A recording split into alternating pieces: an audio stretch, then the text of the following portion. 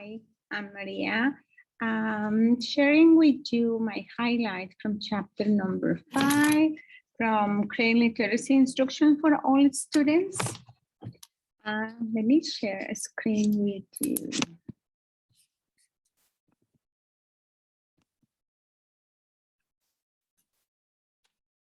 Teaching phonics and syllabic analysis. So one of those highlights from chapter 5 by phonics and spelling, to me, is really important as young readers, pre-kinder, kinder, we can start showing them the sounds, ABCs, and we start with the phonics. So kindergarten teachers, really heavy job they have, that they need to get the kids to get used to listen to the sounds, to be able to write by the end of the year. So really proud of you guys, kindergarten teachers. You got the best. Babies, they love you, but they will learn from you too. So children are allowed to spell as best as they can inside that carry over into their ability to read words. Across grades from K to 8, the principals are organized into 9 broad categories of learning.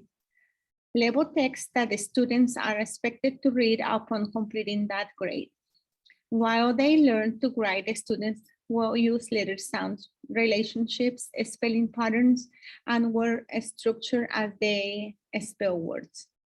Teachers can find evidence of learning about phonics as they examine students' writing. So the phonics elements are consonants, vowels, onset, and rhymes. Early phonics readers, children respond to the sounds of language in a very natural way. They love rhyme, repetitions, and rhythm.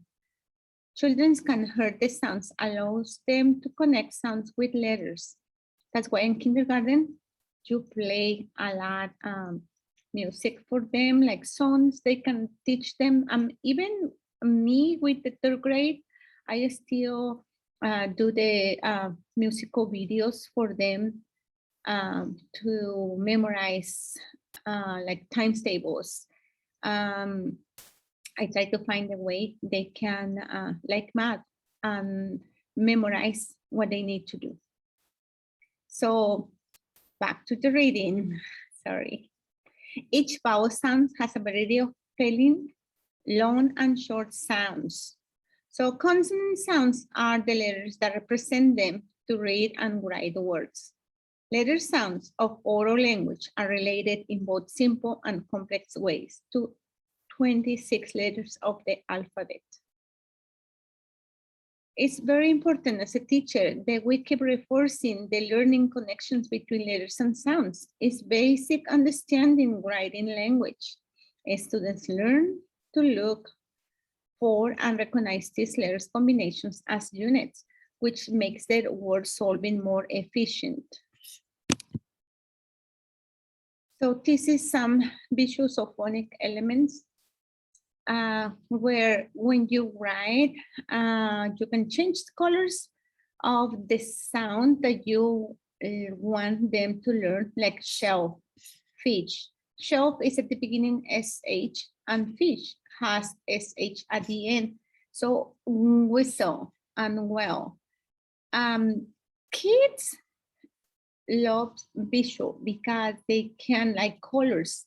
For some reason, they do really well when I use, like even in math, I use different colors to show them what the steps are on what I want them to focus on. So we have vowels, short and long vowels, and ELL students, they have more difficulties with the long E sound. So I have here some examples of consonants in diagram. This is a common consonant, so you see my list as sh. So sometimes kids need to have this as a word wall. So as you introduce word, sound, or just the letters, it's good to have it visual for them. So that means everything needs to go on the wall so the kids can refer later and remember what they have learned, like today or the week before. And you just keep adding this vocabulary on the wall and in their minds. So reinforcing learning connections is important, and you can use a few strategies for it. So I got this visual for you, but also I have this video that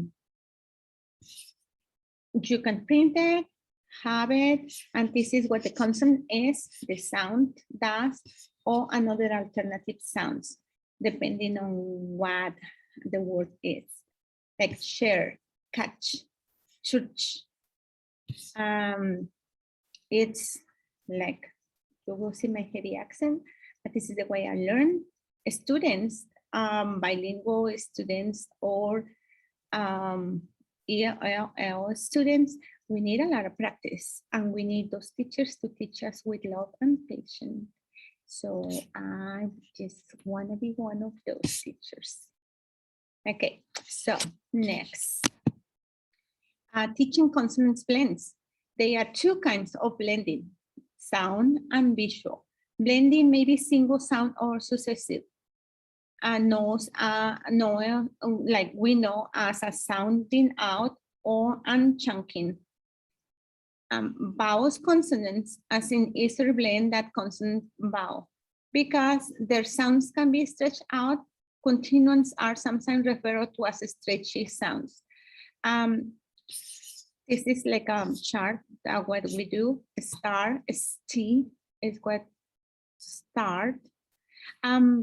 Like even in Spanish, I always tell my students, sounded it out, like tell me aloud the word you want to write. Like I want to do queso, like sound it out and see what you hear, and then they have to write it down for me.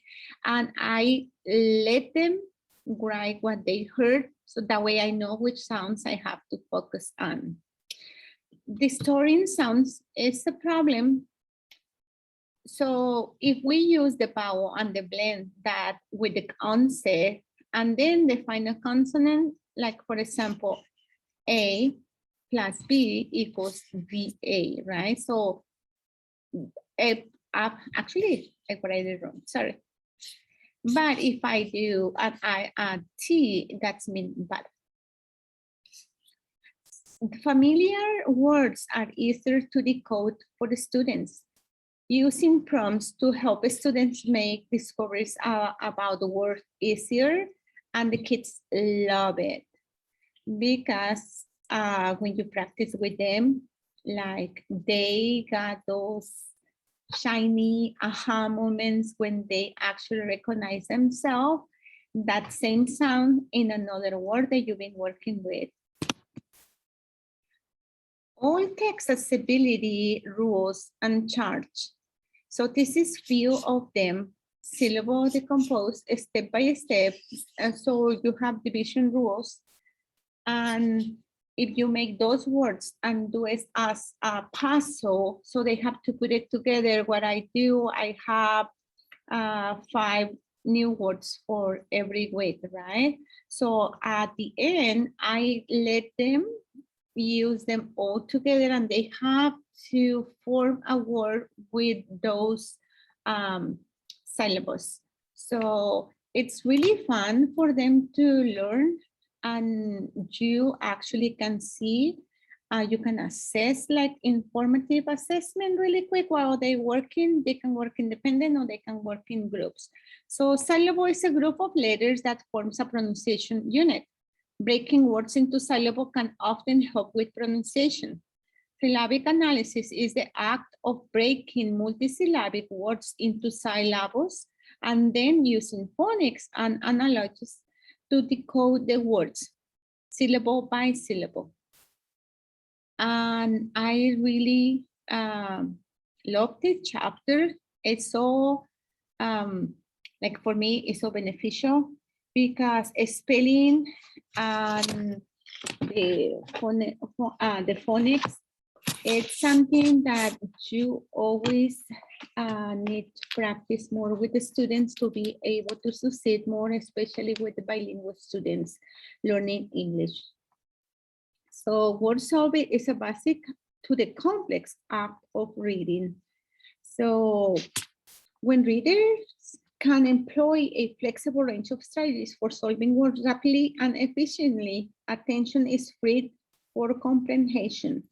So word solving is fundamental to fluent phrases, see what I mean? Phrase reading. So students need to practice a lot to be able to recognize and to write it after they learn how to read, because always reading and writing goes hand by hand. Thank you for listening to me. And I hope you like my video.